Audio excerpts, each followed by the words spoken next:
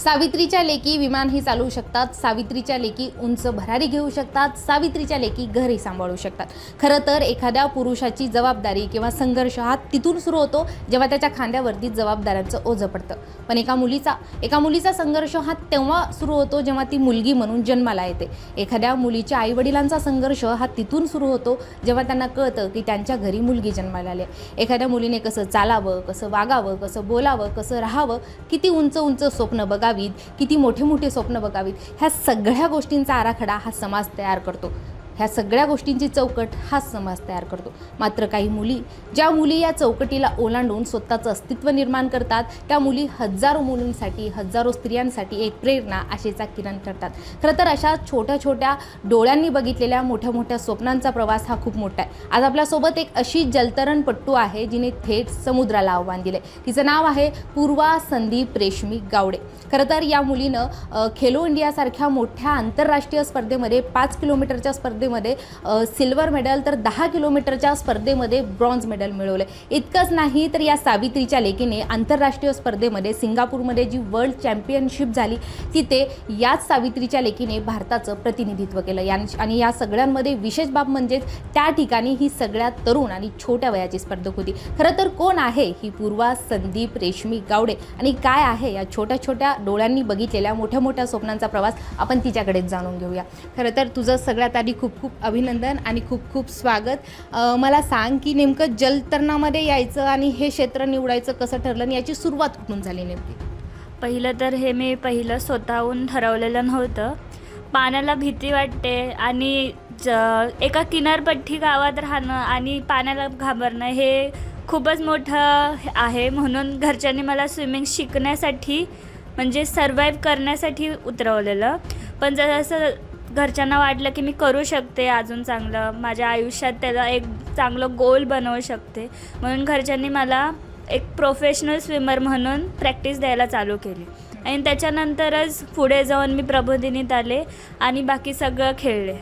म्हणजे तुझ्या वयाच्या मुली जेव्हा शिक्षण घेत होत्या किंवा शाळेमध्ये होत्या तेव्हा तू स्विमिंगची प्रॅक्टिस वगैरे करायचीस, मग सगळे म्हणजे समाजातून कसा प्रतिसाद होता किंवा नातेवाईकांचा काय प्रतिसाद होता, घरच्यांचा काय सपोर्ट होता या सगळ्या गोष्टींना? सगळ्यात मोठा सपोर्ट तर माझ्या मम्मीने केला, कारण का जेव्हा घरच्यांपासून सुरुवात होते तेव्हा पूर्ण समाज आपल्याला साथ देतो।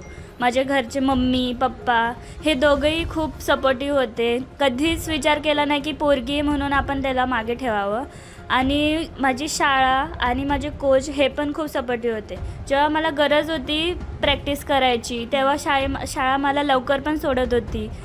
आणि कोच लोक पण माझ्यासाठी सकाळी उठून यायचे, माझी प्रॅक्टिस घ्यायचे। प्रवीण सुलोकार हे माझे कोच होते तेव्हा सिंधुदुर्गमध्ये।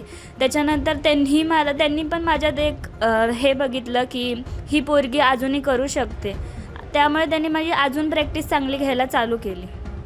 आणि सिंधुदुर्गमधून पुण्यापर्यंत यायचं कसं ठरलं आणि इथं येऊन प्रशिक्षण घ्यायचं आणि इतक्या मोठ्या आंतरराष्ट्रीय लेवलला खेळायचं, हा सगळा प्रवास कसा होता?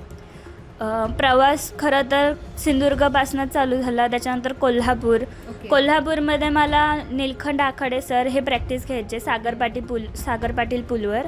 आणि त्यांचा पण हा खूप मोठा वाटा आहे माझ्या यशामध्ये, कारण ते कधीच म्हणजे त्यांनी जर माझी प्रॅक्टिस तेव्हा घेतली नसती तर मी प्रबोधिनीत पण आले नसते। तेव्हा त्यांनी माझी 1 महिना प्रॅक्टिस घेतली आणि चांगली माझी टायमिंग कमी करून दिलं। आणि त्याच्यानंतर मी प्रबोधिनी येथे ट्रायल दिली आणि मग बालाजी केंद्रे सरांच्या अंडर मी प्रॅक्टिस करायला लागले। ते होते माझे assistant coach Raju Barkar, assistant coach Vishal Narwade sir होते। त्यांनी पण मला खूप साथ दिली। आणि जसं बाकी सगळे होते तसे पण माझे फेडरेशनचे पण होते राजू पालकर सर म्हणून, त्यांनी पण मला साथ दिली। ते मालवणचेच आहे, त्यांनी कधी असं विचार केला नाही की एक नॉर्मल मुलगी आहे म्हणून। त्यांनी आपल्या गावाची मुलगी पुढे जावी ह्याचा खूप प्रयत्न केला आणि माझी फॅमिली तर नेहमी होतीच माझ्यासोबत, त्यामुळे मी इथपर्यंत येऊ शकले। आईचा खूप पाठिंबा होता असं म्हणायचं आहे तुला? हो। ओके, बरं. खेलो इंडियामध्ये जेव्हा तुला ब्रॉन्झ आणि सिल्वर मेडल मिळाली तेव्हा तो क्षण कसा होता आणि त्या क्षणाला तू कसं जगलेस? तो खूप मोठा क्षण होता आणि तेव्हा मला समजलं की मी हे मोठं खूप अचीव केलं आहे आणि त्याच्यामुळे माझं पूर्ण करिअर बदलणार आहे। तो क्षण म्हणजे मला वाटलंही नव्हतं की मी मेडल घेईल. मला एवढी हे पण नव्हती की मी मेडल घेईल म्हणून. पण मी तेव्हा खेळले. 10 किलोमीटर मला जमत नव्हतं. मला उलट्या झाल्या, जेलीफिशचं बाईट झालं तेव्हा. तरीही मी केलं समुद्राला आव्हान देऊन. आणि 5 किलोमीटर तेव्हा माझी जास्त कॉन्फिडन्स वाढला आणि मी दुसऱ्या दिवशी 5 किलोमीटर खेळून सिल्वर मेडल मिळवलं, 1 मेडलवरती. आणि तेव्हा म्हणजे खूप छान वाटलं. आणि सर माझ्यासोबत होतेच तेव्हा, त्यामुळे अजून चांगलं वाटलं.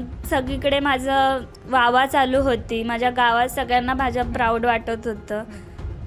आणि जेव्हा एका साध्या किनारपट्टी भागातून येणारी सिंधुदुर्गची मुलगी जेव्हा आंतरराष्ट्रीय पातळीवरती जाते, सिंगापूरसारख्या वर्ल्ड चॅम्पियनशिपमध्ये जाते आणि देशाचं प्रतिनिधित्व करते, राज्याचंच नाही तर संपूर्ण देशाचं प्रतिनिधित्व करायचं तुला संधी मिळाली, याचा मान मिळाला, तो अनुभव कसा होता आणि सगळ्या देशातून तुला काय प्रतिसाद मिळाला, काय सगळ्यांचं म्हणणं होतं, काय सांगशील?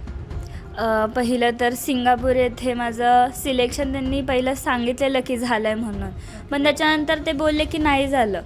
त्यामुळे तेव्हा खूप दुःख वाटत होतं. असं वाटलं जग संपलं आहे आपलं. म्हणजे एखाद्या प्लेयरला समजलं आपलं सिलेक्शन झालं आणि त्याच्यानंतर कॅन्सल झाले, तेव्हा खूपच जास्त दुःख होतं.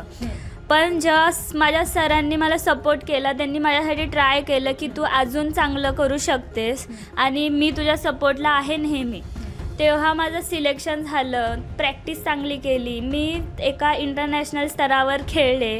खरं तर कधी वाटलंही नव्हतं की मी एवढ्या मोठ्या स्तरावर खेळेल, पण तेव्हा खेळले तेव्हा खूप जास्त चांगलं वाटलं. आणि सांगू शकत नाही तेव्हा किती चांगलं वाटत होतं. खूप मोठ्या ऑलिम्पिक प्लेयर, मेडलवाले, त्यांच्यासोबत मी एक कॉम्पिटिशन चांगली खेळली, हेचं खूप मला अभिमान वाटलं स्वतःवर. आणि तू त्या स्पर्धेमध्ये सगळ्यात लहान खेळाडू होतेस. मग तुझ्यासोबतचे जे स्पर्धक होते ते तुझ्याहून वयानं मोठे होते. मग तेव्हा कशा भावना होत्या? तेव्हा कुठंतरी दडपण वगैरे वाटलं का? दडपण असं नाही, कारण का कोणताही खेळाडू छोटा किंवा मोठा नसतो, तो त्याच्या कामगिरीवरती लेखला जातो. पण ते एवढे चांगले मोठे प्लेयर होते, म्हणजे अक्षरशः मी त्यांच्या कमरेला लागत होती. त्यांना बघून मला असं वाटलं की मी पण त्यांच्यासारखी होऊ शकते.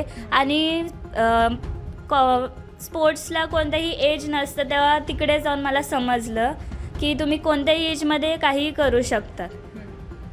खरं तर आपण जेव्हा एक पुरुष खेळाडू म्हणून जेव्हा या स्पोर्ट्सच्या क्षेत्रामध्ये उतरतो, तेव्हा गोष्टी थोड्याशा सोप्या असतात. पण एक महिला खेळाडू, एक मुलगी म्हणून काय आव्हानं होती या सगळ्या प्रवासामध्ये? आव्हान म्हणजे सगळ्यात पहिलं, लोक मुलगी आहे म्हणून खूप जास्त अंडर एस्टिमेट करतात. त्यांना हा दाखवून देणं म्हणजे हे पहिलं मोठी गोष्ट होती. कारण का एक महिला एवढं चांगलं करू शकते असं त्यांना कधीच वाटलं नसतं. म्हणजे कधी वाटतच नाही त्यांना.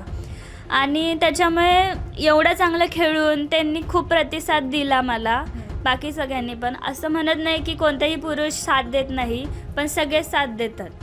आणि खूप चांगलं वाटलं तेव्हा. एक मुलगी म्हणून मी एवढ्या मोठ्या स्तरावर खेळले. आणि आता तुझ्यासारख्या खूप साऱ्या मुली असतील ज्या या क्षेत्रामध्ये येऊ इच्छितात, त्यांना या क्षेत्रामध्ये काहीतरी करायचं आहे. तू इतक्या लहान वयामध्ये इतकी मोठी कामगिरी केली, तू सुद्धा एक मुलगी आहेस. ज्या मुलींना असं वाटतं की या क्षेत्रामध्ये काहीतरी करायला हवं, त्यांना तू काय सांगशील? मी एवढंच सांगू शकते की तुम्ही कधीही स्वतःला कमी लेखू नका की मी मुलगी आहे म्हणून मी काही करू शकत नाही. तुम्ही एक मुलगी आहे तर तुम्ही खूप काही करू शकतात, कारण का तुम्हाला कधी कोण हे करू शकत नाही. तुम्ही सगळ्या जगाला दाखवून देऊ शकता की मुलगी पण सगळं काही करू शकते पुरुषांपेक्षा जास्त. त्यामुळे तुम्ही नेहमी आपलं स्वतःचं बेस्ट देत जावा. आणि आता पुढचं लक्ष काय आहे? पुढचे प्लॅन्स काय आहेत? आता ऑलिम्पिकचे काही प्लॅन्स आहेत का? किंवा आंतरराष्ट्रीय स्पर्धेमध्ये तू खेळलेस तर काय प्लॅन्स आहेत तुझे पुढचे? काय फ्युचर प्लॅन्स आहेत? याच्यामध्येच करिअर करणार आहेस? मी ह्याच्यामध्येच करिअर करणार आहे. खरं तर आता सध्या कोणती कॉम्पिटिशन नाही आहे, पण मी स्वतःला अजून तयार करण्याचा प्रयत्न करते की मी पुढे जाऊन अजून चांगले मोठे कॉम्पिटिशन खेळावे आणि माझं भारताचं नाव खूप उंच करावं आंतरराष्ट्रीय स्तरावर. आणि माझं कोकण किनारपट्टी ह्या भागाचं मी सगळ्यात जास्त जगाच्या पाठीवर नाव घेऊन जावं आणि खूप काही. नक्कीच तू करू शकशील, तू करशील ही तुला खूप खूप शुभेच्छा. खरं तर सावित्रीच्या लेकी आज कोणत्याच क्षेत्रात कमी नाहीत. त्या विमानही उडू शकतात, त्या घरही चालू शकतात आणि त्या एक जलतरण म्हणून कितीही लहान असल्या तरी अवघ्या समुद्राला सुद्धा आव्हान देऊ शकतात. आपण पाहिली ही गोष्ट होती पूर्वा संदीप रेशमी गावडे हिची.